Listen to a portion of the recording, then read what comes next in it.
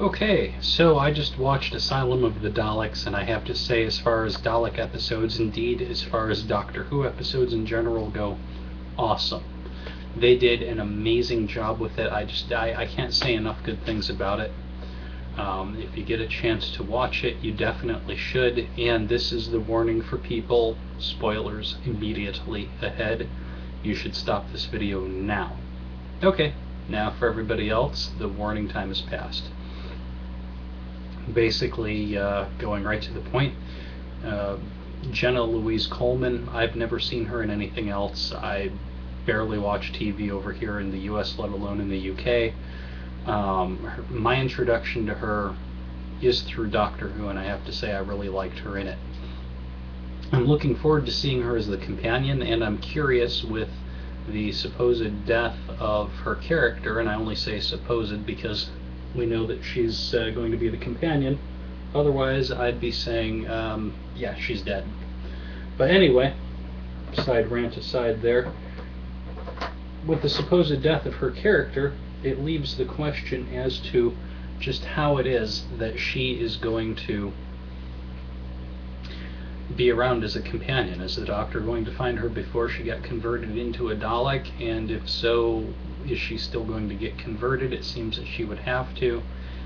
So where and how does he save her, or is this a case where he simply can't?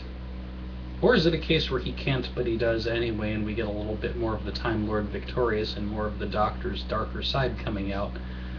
Remember that the Valeyard was an amalgamation behind all of the darkness between the 12th and final lives. The question being, is that 12th and 13th, or somewhere way out there? Who knows? Suffice it to say, with only one incarnation to go before we get to 12, you know, we're getting closer to that point, so it's good to be seeing more of the Doctor's dark side coming out. We don't want it ever to become the main theme of the show, obviously, but I have to say that Asylum of the Daleks does not disappoint. It has great effects, but the great effects don't come at the cost of a really good story, and let's face it, as much as we love the effects, better to have the story than to have the effects and no story. Just really, really well done. The Daleks can be taken seriously again, and we also get to see some more wit with them. This is great. I hope that the trend continues in future episodes coming out, and I look forward to what we have in store for us next week. There's nothing more that I can really say on this video, although, well, there is one thing.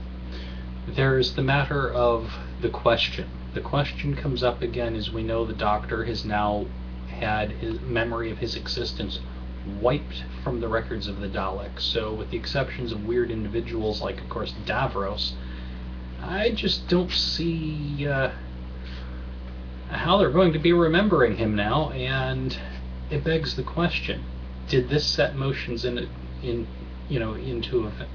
this set events into motion? Are the Daleks and several others who I'm guessing might have similar things happening to them going to come to the Doctor and demand answers and have him in a position where he has to answer? Obviously, I don't think that this is going to be the answer that makes the silence fall in the way that we, the fans, should be concerned, which is we know the answer to Doctor Who, and it's no longer a question and no longer a show. But I do think that it is going to be something that is somehow going to be universe-shattering.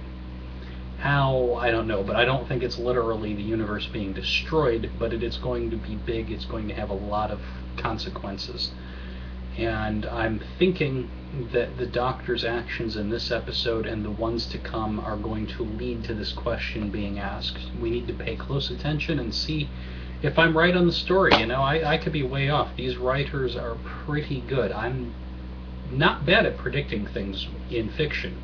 I write myself, and I think that that helps in terms of the perspective. But more often than not, I have been fooled by Stephen Moffat, and he gets credit for it once again.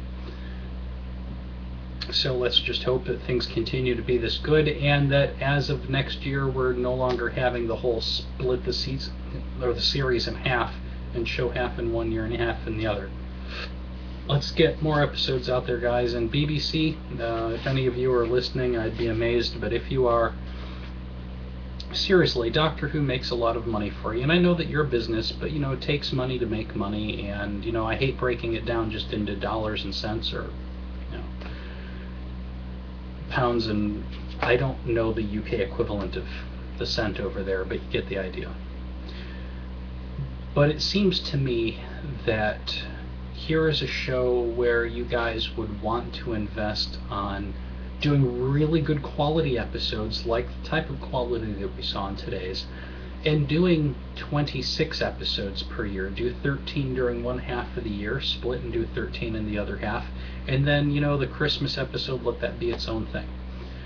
I think that this would have a tremendous payoff. Yes, the first year it could be really tight on the budget, but let's face it, it brings in an income, and it's got a tremendous following. It seems like it should be done, but I'm sure that other Whovians might disagree. I can't speak for everyone. Yeah, if you guys would like to comment on that as well. I mean, I welcome comments on any of the points that I've brought up on here. You don't have to agree with me. You could say, Vil, you're nuts. And, well, I'd have to agree with you. I am certified. I mean, here's a funny one. I found out from my old school records that my IQ is 62. And yeah, that tickles me. Now, as a joke, I use it as an excuse whenever I do something wrong. Anyway, I look forward to the feedback. I hope that people have enjoyed this episode as much as me. Comments, all welcome. Again, you don't have to agree. The comments just have to be appropriate to this video. Alright, well, thanks for watching, and more importantly, thanks for watching Doctor Who.